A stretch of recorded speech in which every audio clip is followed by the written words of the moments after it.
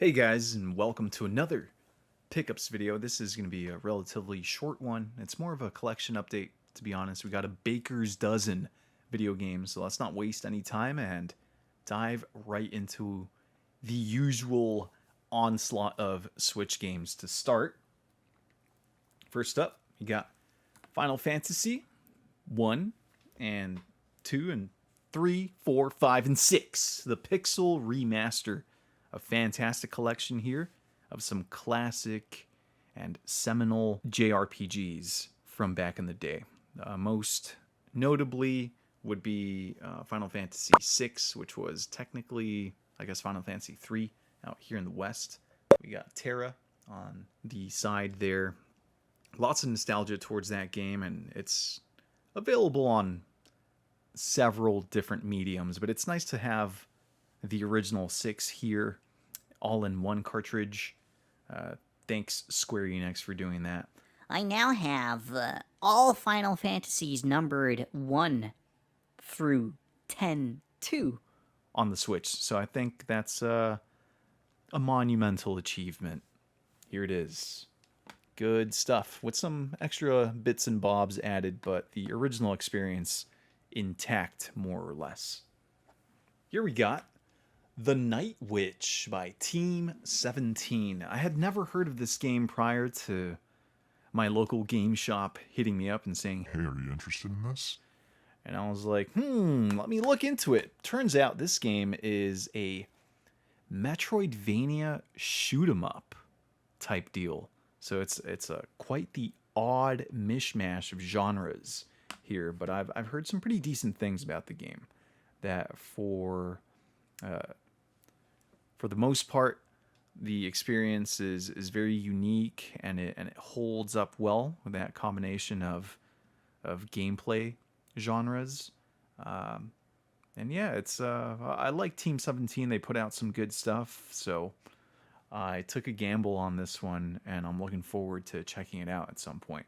This is the deluxe edition. I'm not really sure what that means, but maybe there's a sticker inside. Let's find out. Oh, that's a code. I guess if you're fast enough, you can redeem the soundtrack. You're welcome.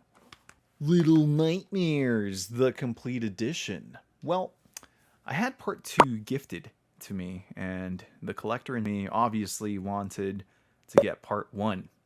I've never really followed Little Nightmares, but I saw some gameplay of part 2, and it looks pretty creepy and disturbing in the best way possible. I wasn't sure what the gameplay was like, but I think you're just like tiny humans or something. There's some Pac-Man amiibo compatibility. You get that scary mask if you scan your Pac-Man, so I'll be sure to do that. But yeah, you're just like a tiny being trying to escape the presence of giant demon monstroloids or something. But it looks really cool. This is the PAL edition, and as you know, the Nintendo Switch is region free, so you can pretty much import any game you want and have a hoot and a holler. The complete edition, I guess it has everything. Valis 2, or it's really Valis the Phantasm Soldier Collection 2. So I featured the first collection on a pickups video not too long ago, and I'm actually still trying to figure out what the difference is between the two, because this one has a lot of overlap of some of the games that are on the first collection, but it's more like their original releases on whatever platform it was at the time, like I don't know, a rock plugged into the wall, or a tree or a bush or something. Whatever you would play the Valis games on 10,000 years ago, this one has them. But for example, one of the very unique games it has, or one of the unique entries, is Valis 4. That one for sure isn't on the first collection, to my knowledge. Right, because the first one just has 3. This has 4 games and some overlap on the other ones. But yeah, Valis is pretty sweet, like an action platforming, side-scrolling fare. So yeah, that's pretty sweet. And that's the last Switch game. a couple PS5 games. I had to get Diablo 4, of course. Switched up the lighting. It was bothering me. But here we have the original dungeon crawler. Or is it? I don't know. It's the one that did it really good the first time. So we're on its fourth entry, and thank God these aren't annual releases, but nothing but good things for Diablo 4 so far. I've only done the tutorial, but I got it to play with one of my buddies back home. And yeah, I'll put some hours into this one. Blizzard hasn't messed up this franchise yet, I don't think. So here it is. That opening cinematic is pretty epic in this game, as with all Blizzard cutscenes, to be honest. But yeah, your usual dungeon crawling isometric view, loot lord of a game. Good stuff. Last PS5 game, we have Bramble The Mountain King. Again, published by one of my favorites, Merge. So this one kind of released in a very low-key fashion, I feel. There wasn't much buzz surrounding this game, but I wanted to check out some gameplay, and when I looked it up online, it looked similar to Little Nightmares in that you're a helpless little human being trying to escape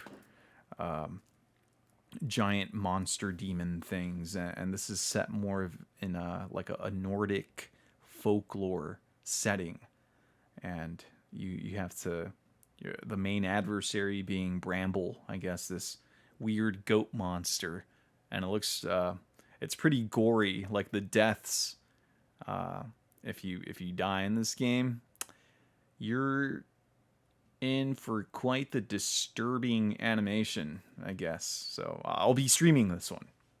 It sounds fun. PS4 game, another one that I took a gamble on, but hey, look, there's Merge again. And I think Curve does some pretty interesting things with these polygonal style games. We have For the King, a roguelike tabletop adventure. Well, if you know me, I have a soft spot for games in which you kind of carve your own adventure and you assemble a party of characters that you name yourself, right? And I checked this out pretty briefly. It's got the whole hexagonal playing field, and you take turns traversing the terrain and getting into random battles and stuff like that. I haven't spent too much time with it, but I thought it would be a cool stream, perhaps. But there's all sorts of stuff here. The environments seem to be pretty varied, and yeah, it's just like a fun little thing that I haven't really seen out in the wild. So not really collecting much for PS4, but when I see something like this, I make sure to grab it. Alrighty, let's do some Nintendo DS games. We got The Legend of Zelda Phantom Hourglass. Yeah, I skipped out on a lot of Legend of Zelda entries back around this time, and now I'm trying to go backwards and collect them. So I know there's still Spirit Tracks on the DS, and yeah, these are, bite-sized experiences in that they're more spin-offs. Still big adventures, I think, in the Zelda universe, but maybe a little bit less ambitious because of the handheld format. But I might be wrong. This could be an epic game. I just haven't heard as much praise for this game that other Zelda entries get. So maybe more of a smaller in scale experience here, but there it is, nice and complete, as all these games on the episodes are. Make sure to get those manuals. There it is. Golden Sun, Dark Dawn. So the Golden Sun series is kind of an underrated JRPG style game. It's only got 3 games in its entry, and I know it's got its hardcore fans just begging for a fourth. So the first 2 came out on the Game Boy Advance. I'm actually missing the second one, but this is the third. and the only one to come out on a platform other than the Game Boy Advance. We have it here on the DS. I had my fun with the first one back when I was like 12 days old or something. It came out a long time ago, but it was cool, and the graphics look super sweet for a Game Boy Advance game. So yeah, I think these are pretty decent games. Last DS game is the Game&Watch Collection, exclusive to Club Nintendo. So you would amass all your Nintendo tokens or whatever, and you could actually cash them in for physical media, such as this one. Now, there is a part 2 that I'll be on the lookout for, but I'm pretty happy to have this one. It's a little bit rarer to come across, right? Since not everyone got them, since, not available in stores. Maybe in the New York store there's one, but here's this one. Just a collection of Game & Watch games. Nothing too crazy, but a nice little piece to add to the collection. This one's pretty interesting.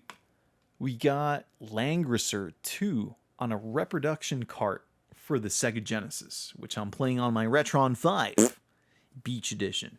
Hey, shout out to OCDreproductions.com. This video isn't sponsored or anything, but for those of you interested in unreleased games, check out that website, and you'll see that there's their team assembles these cartridges using, the PCB boards and stuff like that, for games that were never released in the West. So Langrisser 2 is a brilliant turn-based, grid-based strategy RPG. Very similar to Advance Wars and Fire Emblem. This was back in the time where everyone wanted a piece of that pie. I think I've mentioned that in my last collection video, because I had this game on the Switch, parts 1 and 2, but if you watch that video, I did mention that the visual style in the modern release just doesn't hold a candle to the originals. It uses like mobile game asset sprites or something. But here you have the real deal. And I got it off that website. Otherwise, you can't really find it anywhere else. And I'm having a blast with it. Tons of enemy variety. And you're really... They put in front of you these scenarios that are extremely unique from chapter to chapter. So you really got to put your thinking hat on, your thinking cap on for this game in order to succeed. But really awesome, and I'm trying to beat it sometime in the near future. 2 more games. We blazed through them all pretty quick. Here's one that I had completely forgotten about its existence. We got Donkey Kong Barrel Blast on the Wii. I'm getting some Kirby's Air Ride, but not as good vibes from this game. It's actually like a racing game in the Donkey Kong universe, using all sorts of Wii waggle motion controls, and maybe you can only be Donkey Kong. And maybe it's not like a versus racing thing. I don't know. I really don't. But here he is. The monkey. The giant ape.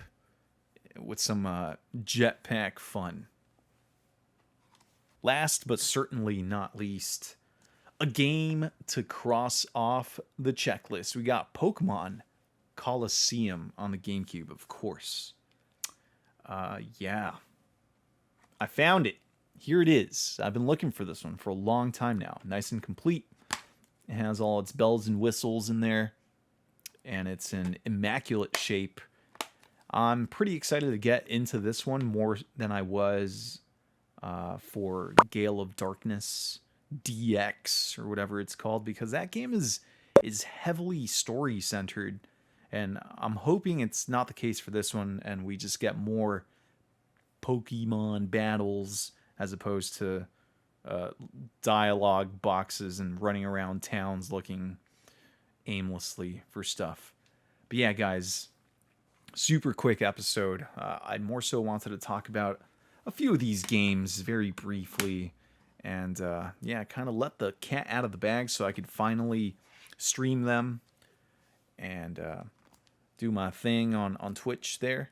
But let me know which of these games may have surprised you, or if you have any favorites here in the comments. I'd be more than happy to know what you guys' thoughts are on this latest haul.